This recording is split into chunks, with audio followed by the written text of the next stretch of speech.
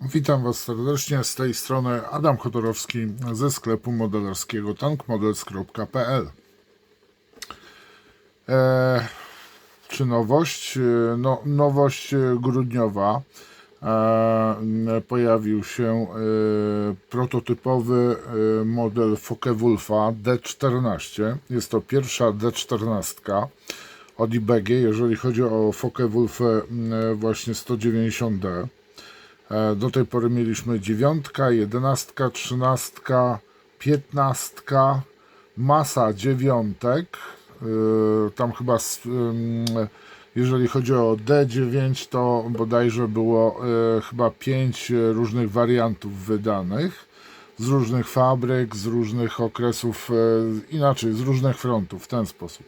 Dzisiaj mamy, to jest drugi Focke-Wulf 190D w wersji takiej właśnie prototypowej.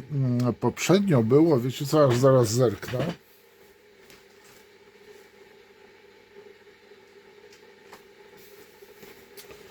No właśnie, D9 była jeszcze prototypowa, a my mamy tutaj D14. Co nam tutaj daje?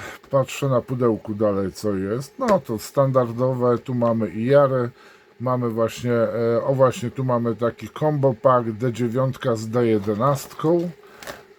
No i następnie mamy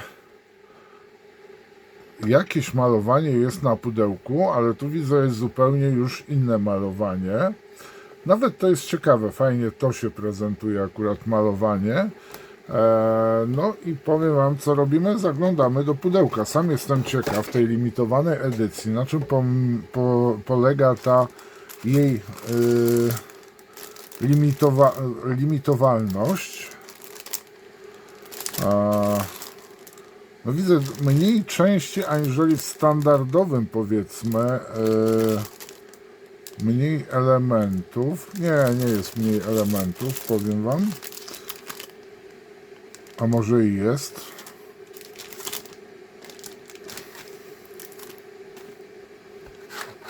Same elementy plastikowe.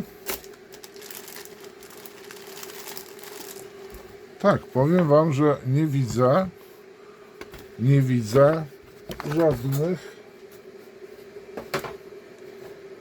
I unikalność tego modelu polega na tym, że są tylko elementy plastikowe, to tylko zależało o... Nie ma żadnej żywicy, nic kompletnie. A teraz tak, no i tu mi się to podoba. Bardzo to jest fajnie zrobione. Mamy o całej rodzinie Focke-Wulfów Dora, czyli D, następnie w języku angielskim. Mamy w języku również, proszę bardzo, po polsku, czyli, no i tutaj, tu chodzi o to, że wersja D była ostatnią seryjnie produkowaną wersją złotego dziecka firmy Focke-Wulf. Resztę pozostawiam Wam do czytania. Co dalej mamy? Wyszczególnione ramki. Musiałbym jeszcze pozerkać do poprzednich unboxingów. Będziecie mieli oczywiście je macie na kanale, jak i również macie możliwość, będą linki po lewym, w górnym lewym ekranie i dolnym. No i co tutaj mamy? Elementów mamy tak, fototrawione blaszki mamy, IBG blaszki, ale te blaszki znajdziemy w każdym Focke-Wulfie. Mamy dwie napisy eksploatacyjne razy 2, masakra. No już bardzo dobrze, nie? Ale to jest masakra. Kalkomanie oczywiście standardowe. Mamy tutaj też znak słońca podzielony na 2. Elementy, posłuchajcie, tutaj są oszklenia do różnych wersji. Dwie górne klapy mamy też dwie wersje. Trzeba uważać przy robieniu właśnie modelu, jak jest złożyć. I widzę, mamy kadłub, ramkę O. Czyli tu mamy standardowy kadłub i tu mamy dodatkowy, tak jakby kadłub O. No, na czym, czyli, kurde, wiecie co? OK. Wykorzystujemy tylko ten kadłub do ramki H. Czyli różnił się po prostu, zmienione coś było w ramce, najprawdopodobniej wlot powietrza. Zaraz do tego dojdziemy, bo to jest prototyp. Składamy silnik. Masa, fajnie zrobiony silnik, tylko że no, trzeba później poćwiczyć trochę, pogimnastykować się, jeżeli chodzi o możliwość otwarcia tego silnika. Sklejamy sobie poszczególne elementy, zaczynamy od silnika, następnie masa elementów, ale mniej niż w VR-ze, jeżeli chodzi o kabinę. Tu mamy zaznaczone elementy fototrawione, pasy, super to jest. A następnie mamy kolejne elementy składania i tu trzeba uważać najprawdopodobniej, bo tu mamy już złożony kadłub, a powinniśmy coś, i tutaj opcjonalnie użyj szablonu PE, aby wytrasować dodatkowe detale. Dobra, tu coś należy nawiercić, ale nie widzę.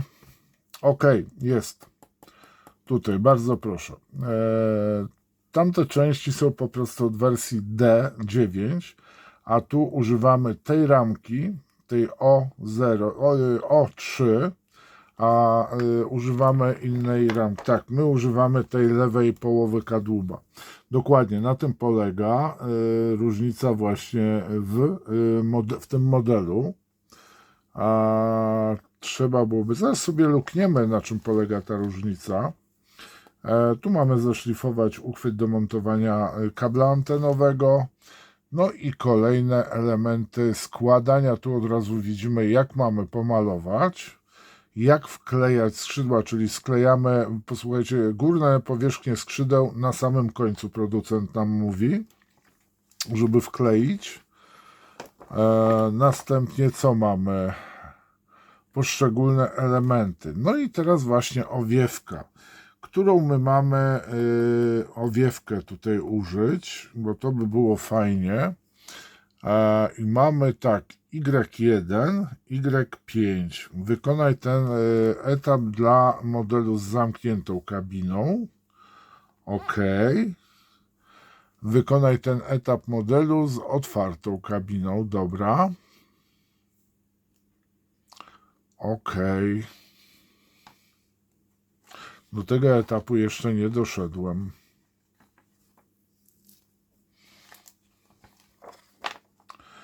No i tutaj mamy, tylko którą my mamy w końcu wybrać, Y1 lub Y5, tak? A my mamy, jeżeli chodzi o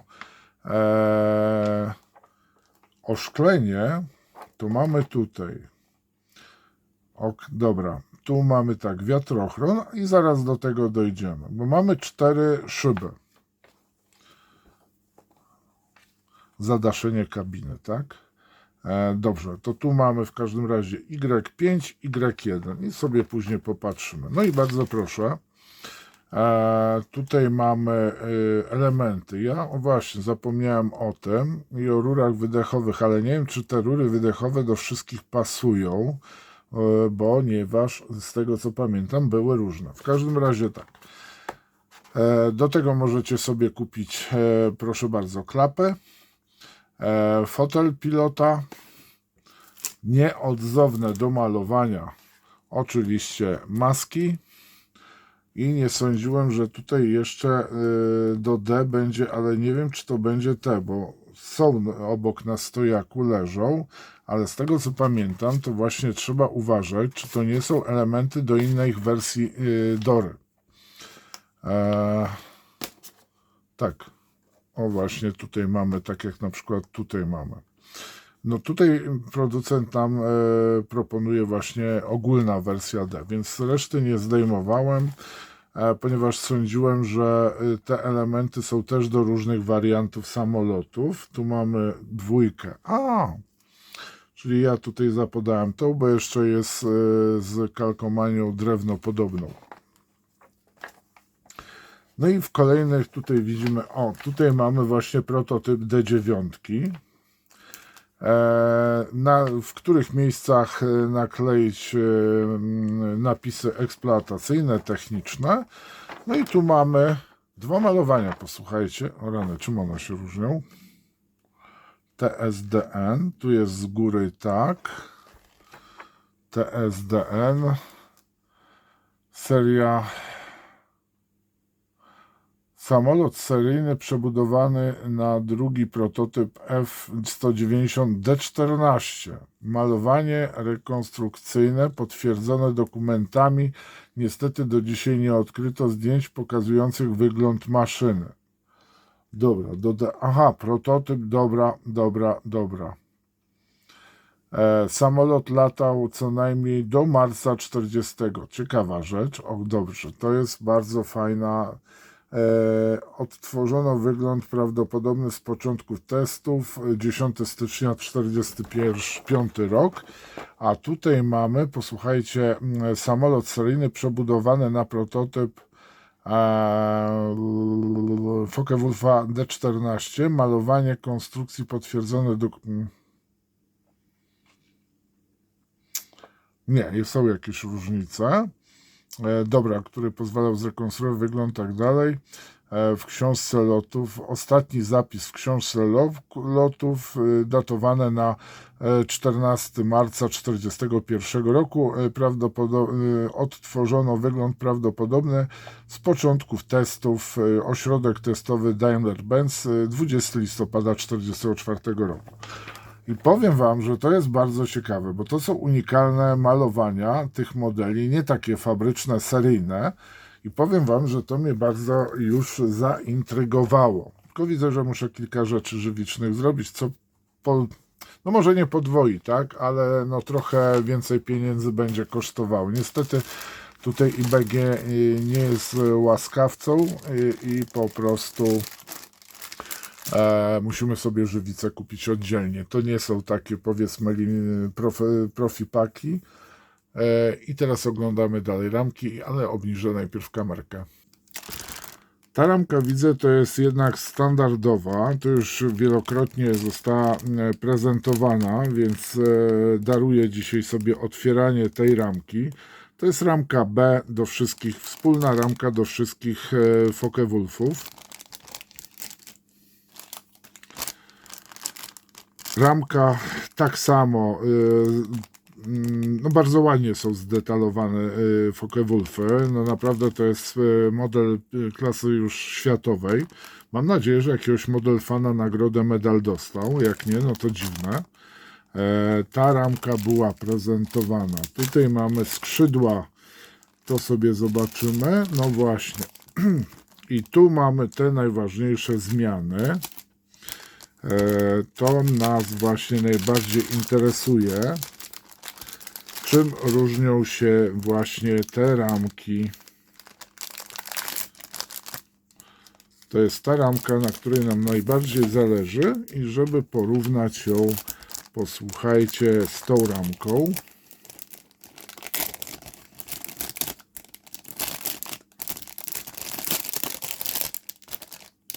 W ten sposób pakowane są właśnie wszystkie elementy nowe, czyli tu mamy też oddzielnie skrzydła tylko do tej wersji. Czy mamy dwa śmigła? A jeżeli nie, to znaczy, że tu mamy tylko i wyłącznie dedykowane do tego śmigło. Tak, tu mamy owiewki.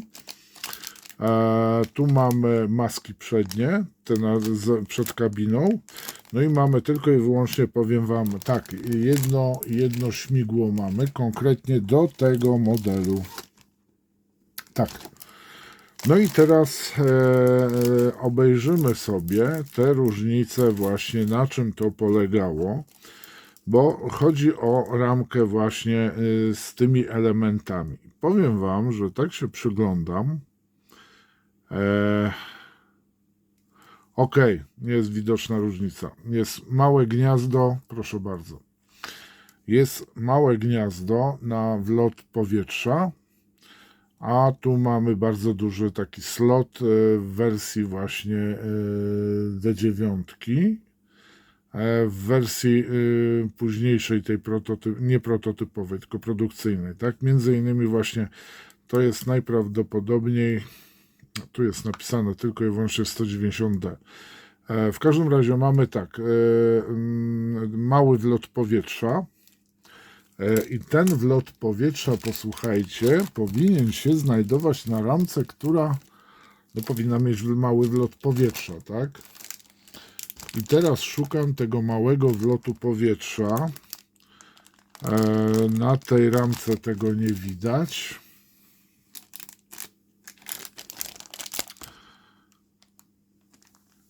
Na tej ramce też nie widzę wlotów powietrza. Wiadomo, że mamy tutaj różne osłony. No i właśnie, gdzie jest wlot powietrza? Niech ktoś mi powie do tej wersji.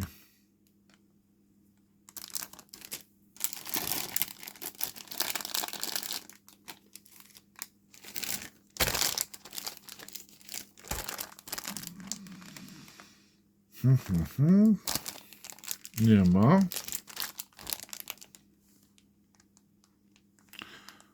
Tu są zbiorniki różnego typu mocowania i powiem wam, że dobra, instrukcja.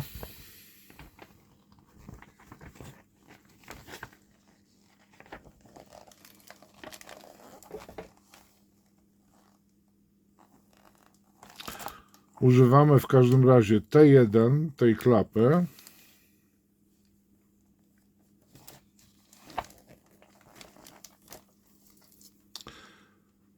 O1, O2, znaczy O1, O2, czyli ramka O, a ramka O.